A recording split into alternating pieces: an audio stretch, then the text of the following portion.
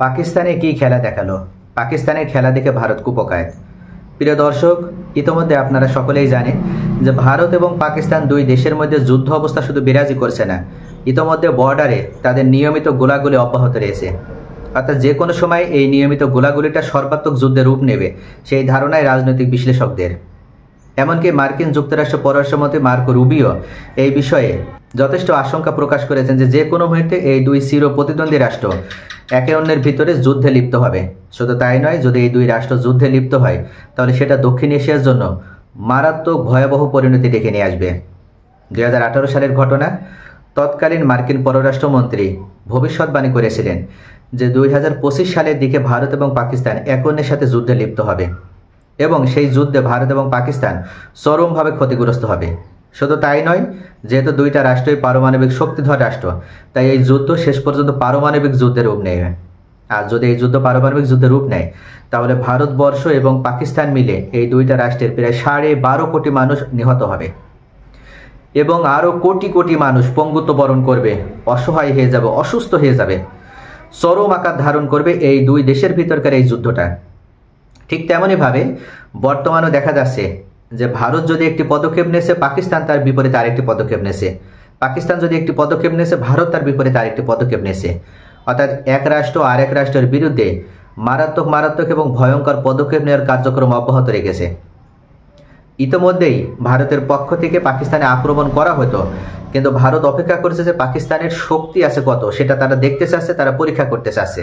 তবে পাকিস্তান ভারতকে আর ভয় পায় না এবং ভারতের সর্বাত্মক হামলাকেও ভয় পায় না, এবং সেটার প্রমাণস্বরূপ পাকিস্তান ইতোমধ্যে তাদের সর্বোচ্চ ক্ষেপণাস্ত্রের একটা মহড়া প্রদর্শন করেছে। যে ক্ষেপণাস্ত্র 450 কিলোমিটার দূরে যে আঘাত আনতে সক্ষম। পাকিস্তানের নিজস্ব প্রযুক্তিতে তৈরি এই দূরপাল্লার ক্ষেপণাস্ত্র পারমাণবিক অস্ত্র বহন করতে সক্ষম এবং পারমাণবিক অস্ত্র বহন করার মাধ্যমে ভারতের যে কোনো টার্গেটে আঘাত আনতে পারবে। এই ব্যালিস্টিক ক্ষেপণাস্ত্র 450 কিলোমিটার দূরে যে লক্ষ্যবস্তুতে আঘাত আনতে সক্ষম। এই মহড়ায় প্রদর্শন করল পাকিস্তান সেনাবাহিনীর পক্ষ থেকে, এবং এই মহড়ার মাধ্যমে পাকিস্তান সেনাবাহিনী ভারতের উদ্দেশ্যে একটি মেসেজ দিল যে ভারত যেন ভুল করেও পাকিস্তানে আক্রমণ করার কোনো সাহস না দেখায়, এবং ভারত যেন মনে করে যে পাকিস্তান শক্তিশালী এবং অস্ত্রের দিক থেকে ভারতের থেকেও পাকিস্তান শক্তিশালী অবস্থানে রয়েছে। এই সামরিক মহড়ার মাধ্যমে পাকিস্তানের পক্ষ থেকে আরও একটি বিষয় নিশ্চিত করা হয়েছে। পাকিস্তানের সেনাবাহিনী প্রধান আসিম মনির তিনি উল্লেখ করেছেন যে ভারতকে শুধু মেসেজ দেওয়ার উদ্দেশ্যই নয়, ভারতকে মেসেজ দেওয়ার পাশাপাশি সেনাবাহিনীকে যথেষ্ট প্রশিক্ষণ এবং এই ক্ষেপণাস্ত্র পরিচালনায় তাদের দক্ষতা বৃদ্ধির জন্য এই মহড়ার আয়োজন করা হয়েছিল। কেননা আপনার কাছে অস্ত্র থাকতে পারে, কিন্তু সেই অস্ত্র পরিচালনার যে অভিজ্ঞতা, সেই অভিজ্ঞতা যদি আপনার সেনাবাহিনীকে আপনি ট্রেনিং না দেন, তাহলে আপনার সেনাবাহিনী তো সেই অস্ত্র পরিচালনার অভিজ্ঞতা অর্জন করতে পারবে না। আর সেই অভিজ্ঞতা অর্জনের জন্যই পাকিস্তান সেনাপ্রধান উনি উল্লেখ করেছেন যে এই মহড়ার মাধ্যমে পাকিস্তানের সেনাবাহিনীকে এই ক্ষেপণাস্ত্রের সাথে যেমন পরিচিত করানো হয়েছে, পরিচয় করিয়ে দেওয়া হয়েছে, ঠিক তেমনইভাবে এই ক্ষেপণাস্ত্র কীভাবে পরিচালনা করতে হয় বা যুদ্ধক্ষেত্রে কিভাবে সেনাবাহিনী এটাকে ব্যবহার করতে পারবে সেটারই মহড়া অনুষ্ঠিত করা হয়েছে।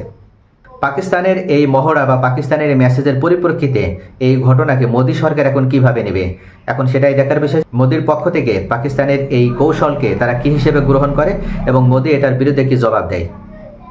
ভালো থাকবেন সবাই, থ্যাঙ্কস ফর ওয়াচিং।